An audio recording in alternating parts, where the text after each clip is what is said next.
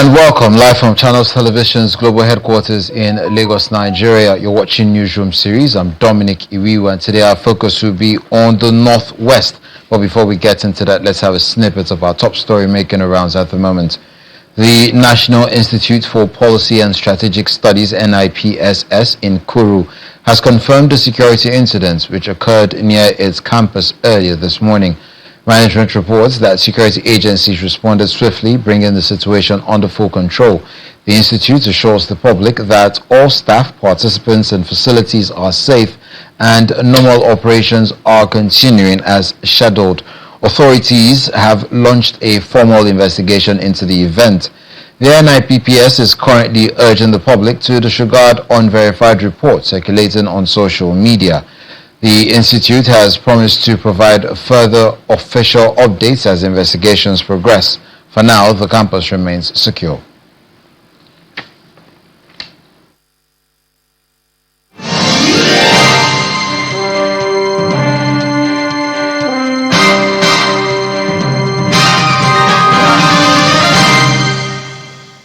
We start off in Katsina State, where the state's governor, Governor Diko Rada, has visited Mrs. Amina Rabe Abubakar, wife of the late Major General Rabe Abubakar, following her rescue from captivity by troops of Operation Fasanyama.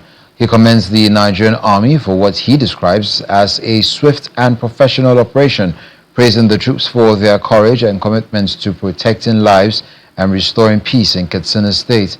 In his resolve to toughen security, Governor Rada unveiled tough new measures aimed at crippling the operations of bandits and kidnappers across the state. The directives include a statewide ban on the sale, purchase, transportation, and storage of petroleum products in jerry cans to cut off fuel supplies to criminal groups. The executive order also mandates the immediate closure of all point-of-sale businesses and commercial phone charging centers in Matazu and Musawa local government areas being exploited by criminal networks to coordinate and sustain their activities. In the meantime, the president has commended Nigerian Army troops for the successful operation that led to the rescue of the widow of the late former Chief of Defense Information, retired General Rabe Abubakar. President Tinubu says the rescue demonstrates a high standard of professionalism and the needed determination to confront forces of evil. He reassured Nigerians that the government will continue to provide the armed forces with the resources, training, and support needed to end banditry, kidnapping, and all forms of violent crimes, urging citizens to continue cooperating with security agencies by providing timely information and necessary support.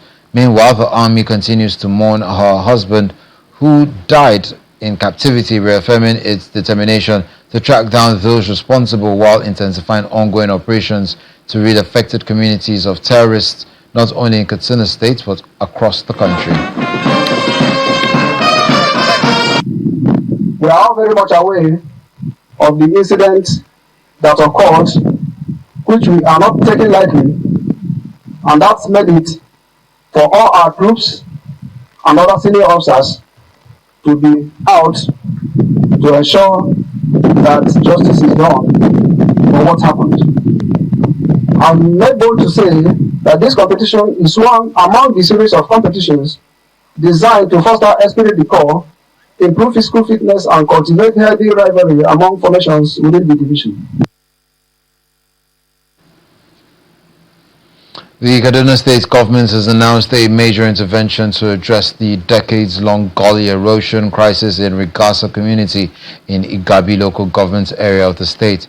During an inspection visit to the affected area, Governor Uba Sani unveiled a 34 billion naira remediation project aimed at ending more than 30 years of environmental degradation that has threatened lives, homes, and livelihoods in the densely populated community. Residents of Rigasa in Igabi local government area of Kaduna State have been dealing with gully erosion for more than 3 decades. The environmental challenge has cut off access roads, destroyed homes, displaced families, leading to loss of lives, and still poses serious safety risk to thousands of residents.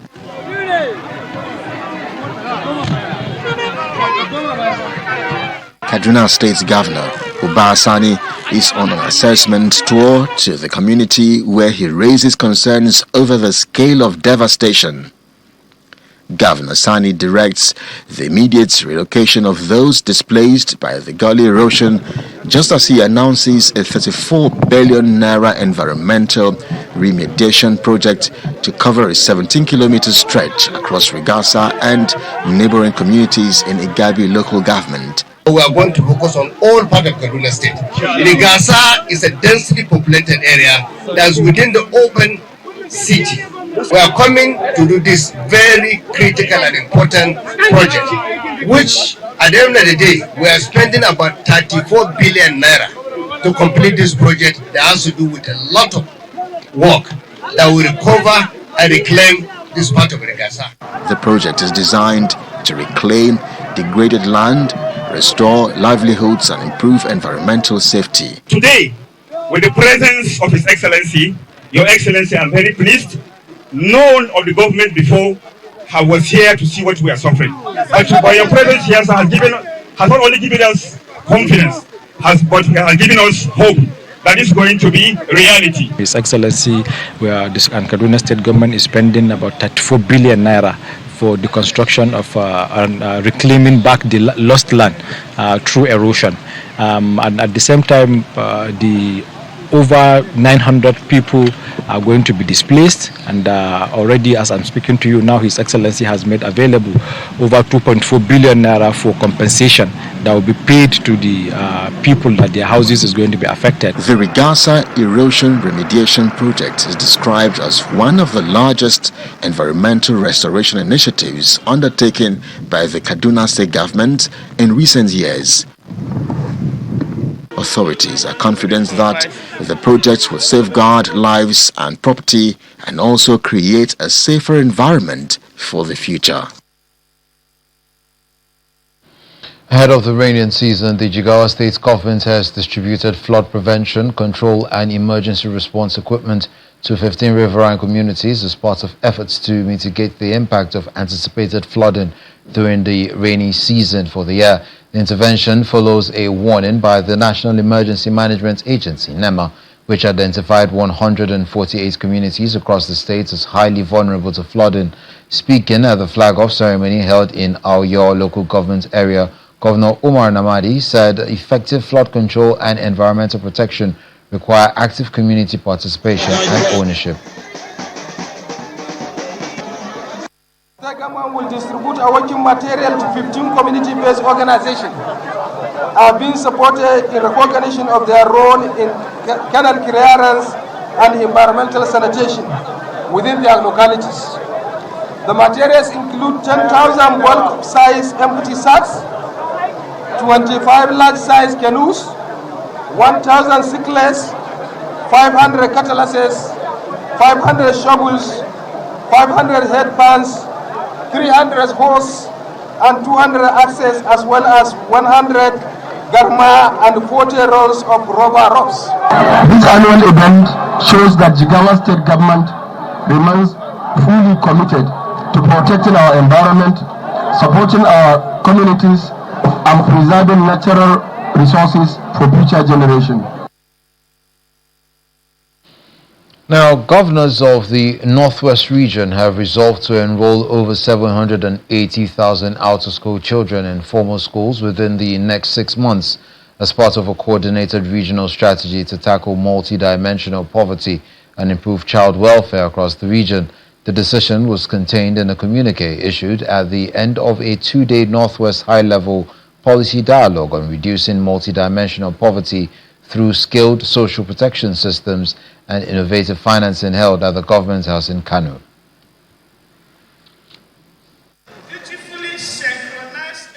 The Northwest Governors Forum meeting in Kanu is a gathering of representatives of the federal government, state representatives from Kanu, Kaduna, Katsina, Jigawa, Kebbi, Sokoto, and Zamfara states, including traditional rulers and development partners. A watched learning through glass, a future we can only see but not touch, but hunger is not escape. The dialogue comes against the backdrop of alarming poverty indicators in the Northwest. According to the National Bureau of Statistics, the region has about 45.9 million individuals living in multidimensional poverty, and data from UNICEF puts the number of out-of-school children at over 8 million. The Nigerian state must work for the powerful and the powerless, the urban professional and the rural poor, the entrepreneur and the widow. This is why social protection is central to our national development strategy.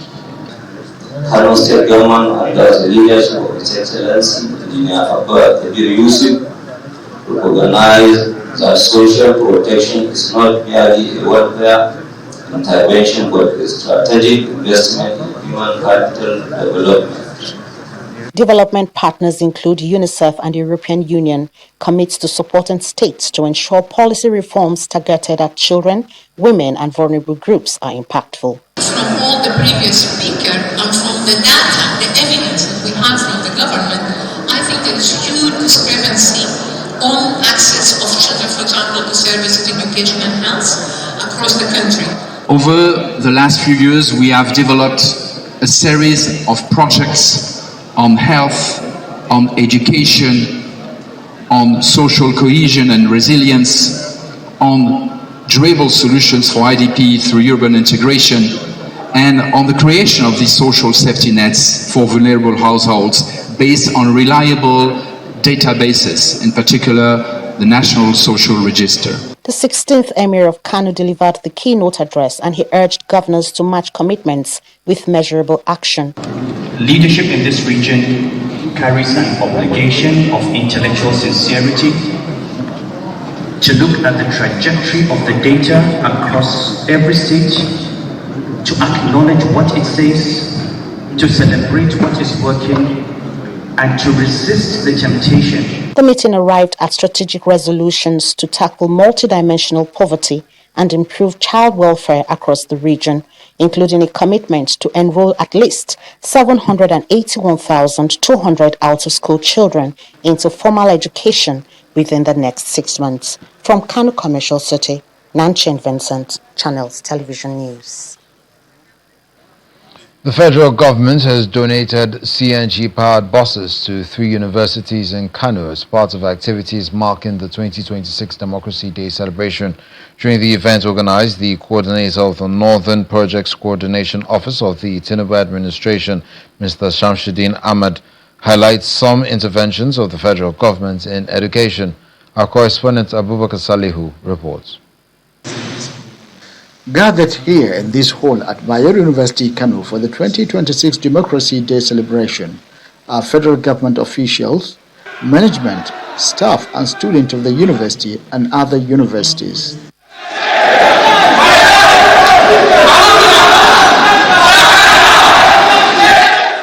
Officials of the government take turns to highlight some of the administration's interventions in education. Through the Nigerian Education Loan Fund, NEL Fund, many students who once worried about paying school fees now have renewed hope. Access to educational financing is opening doors and restoring confidence among young Nigerians. Today, that reality is changing.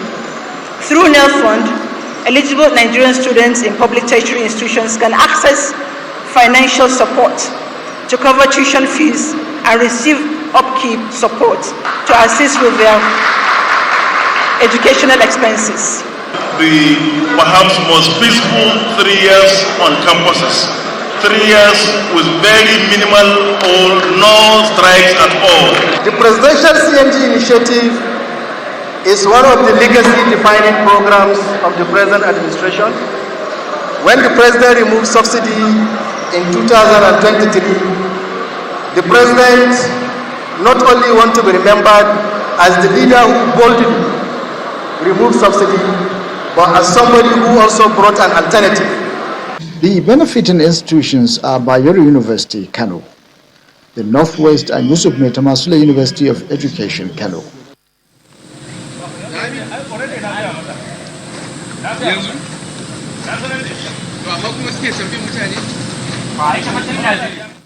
The leadership of the institutions appreciate the gesture, highlighting the expected impact on students. This gesture is more than a representation of a people. It is a clear demonstration of government's commitment to easing the burden on Nigerian students. The students highlight some of the interventions in their institutions. This intervention is a clear demonstration that student welfare remains a priority, and we deeply appreciate Northern Project Coordination Office and other partners for considering the needs of students. And also applying for the NELPON, and currently 200 level students, the 2 consecutive of my registration are paid by the NELPON. The highlight of the event is the handover of the CNG-powered buses to representatives of the universities. Abubakar Salihu, Channels Television News. You're watching Newsroom Series live on Channels Television. After this quick break, we'll bring you more stories making rounds within the region. Stay with us.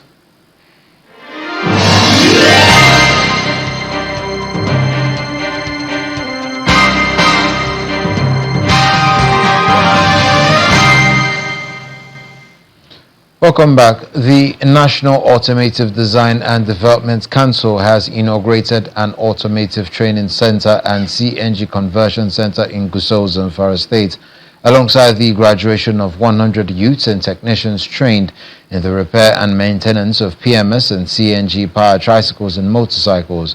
Governor Dauda Lawal of Zamfara State, speaking at the event, disclosed that his administration has also procured more than 200 electric vehicles as part of efforts to promote skills acquisition among young people, reduce youth involvement in thuggery, and create productive employment opportunities. Youths in Zamfara State are learning new skills to blend with the present economic realities and stay relevant as the country continues to embrace various energy options for transportation. They are being trained to handle repair and maintenance of PMS and CNG-powered tricycles and motorcycles to combat poverty and insecurity while promoting economic growth and industrial development. Venue of the training is the newly established Automotive Training Center, which is seen as another milestone in the federal government's commitment to human capital development. The center will provide opportunity for skill acquisition, job creation, entrepreneurship development, and technical certification while supporting the emergence of a highly skilled automotive workforce capable of meeting the demand of modern vehicle technologies. It's a two-in-one event as the training center is just being inaugurated, and dignitaries in attendance include Governor Dauda Lawal, who highlights his administration's initiatives to equip young people with practical skills that will enable them become self-reliant. As government, we recognize that the future belongs to society that invests in knowledge, innovation, as well as human capital development. It is therefore imperative that our youth acquire industry-relevant competence that enable them to compete favorably in the rapidly evolving global economy. The Minister of State for Industry, Trade and Investment, John Eno, reaffirms the commitment of the Tinubu administration to industrial growth and development, which led to the establishment of automotive training centers across the country. This milestone is a reflection of the federal government's commitment to industrial development, to human capital advancement, and to the economic transformation of our people. The initiative reflects the shared commitment of federal and state governments to youth empowerment, skills development, and the creation of sustainable employment opportunities. It has been empowered. Of Industry, Trades and Investment, Senator John Eno. The Katsina State government has intensified efforts to strengthen women's economic participation, announcing plans to domesticate the National Women Economic Empowerment Policy as part of broader measures to promote inclusive development across the state. The Commissioner for Women Affairs, Aisha Aminu, disclosed this during an interview with journalists at her office in the State Secretariat Complex, Katsina. She reveals that the ministry had submitted a memorandum to the State Executive Council, which subsequently approved the commencement of the process to domesticate the national policy at the state level. According to the Commissioner, the administration of Governor Dikko Rada has remained deliberate and committed to advancing the economic well-being of women since assuming office in 2023. We have been very intentional and focused. When we came on board, His Excellency having been sworn in as the governor in 2023, first of all, had to get a law passed by the State Assembly to create an agency that will support the economic development of the state through entrepreneurship development. So under that agency, the national MSME policy was domesticated. Katsina State was the first state at the subnational to have that policy domesticated. So it's a very, very broad policy that ensures the economic empowerment and development of everyone, but particularly laying emphasis on the entrepreneurial abilities of women. The Kebbi State government has disclosed that it has invested no less than 1.59 billion naira in the development of about 590 early childhood development centers located across primary schools in the state.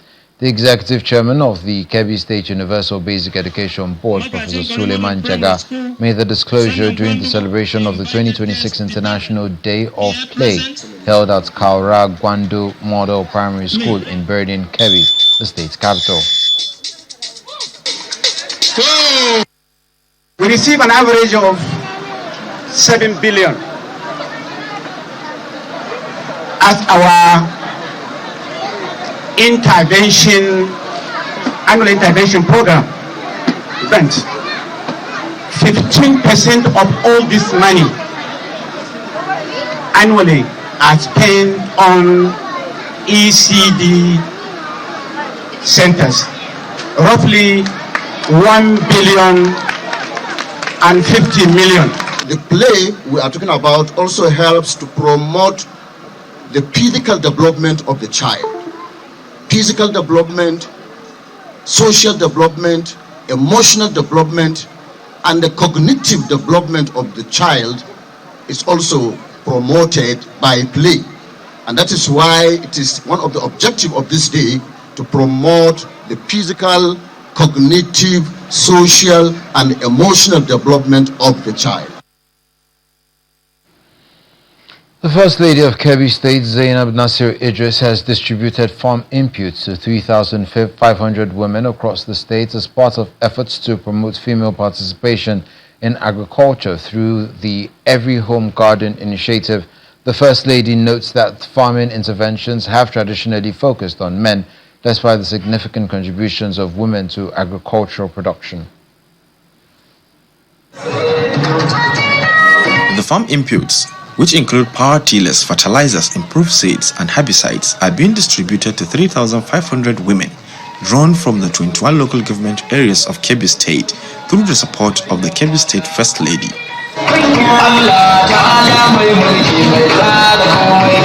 Although the Kebbi State government annually distributes farm inputs to thousands of farmers, men have largely been the major beneficiaries despite the active involvement of women in the sector. Determined to reverse the trend, the First Lady of Kebbi State is extending support to women farmers through the Ministry of Agriculture. While some beneficiaries will receive a complete package of farm inputs for large-scale cultivation, others will be supported with inputs for home gardening under the initiative. Our women are strong women. When you get to our farms, you find out that women farmers play a significant role. In fact, I can tell you that 30 to 35% of food produced in Kebbi State is being produced by women farmers. Speaking at the event, the wife of the governor described the initiative as a practical and effective strategy for empowering families to cultivate vegetables and other crops within their homes, improve nutrition, generate income, and contribute to food security. She emphasized the crucial role women play in ensuring food security and family well-being as she urged participants to embrace home gardening as a sustainable means of providing fresh and nutritious food for their families. I laid the complaints of women farmers before the governor, and he listened to our concerns. Based on the advice of the Commissioner for Agriculture, we're assured that women farmers will receive the necessary support to benefit from the governor's agricultural intervention program. As a result, we ensured that only genuine women farmers were selected from all 21 local government areas of the state.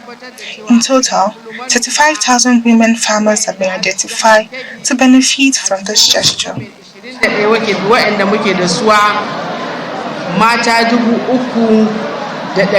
The distribution of the farm inputs is expected to boost women's participation in agriculture, enhance household food production, and support the state's effort towards achieving food security.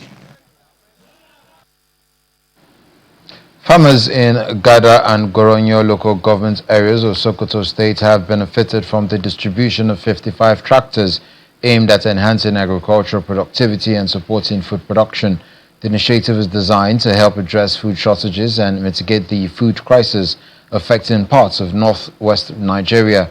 The tractors have been distributed across the 22 electoral wards in the 2 local government areas, with each council having 11 wards. A designated coordinator has been assigned in each ward to ensure effective monitoring, management and utilization of the equipment. The tractors were provided by the member representing Gada Goronyo Federal Constituency, Honorable Bashir Usman Gorao, as part of his commitment to transforming the subsistence farming into mechanized agriculture for improved efficiency and higher yields.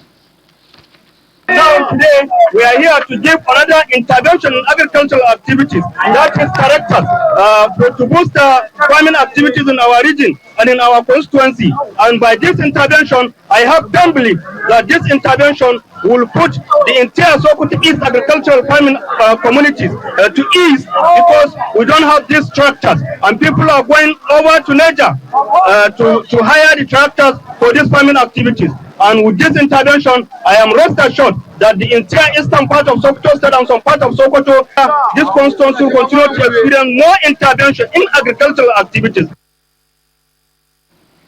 And that's where we drop the anchor on this edition of Newsroom Series. For updates, kindly visit our website at www.channelstv.com. I'm Dominic Iwiwu. Enjoy the rest of your day.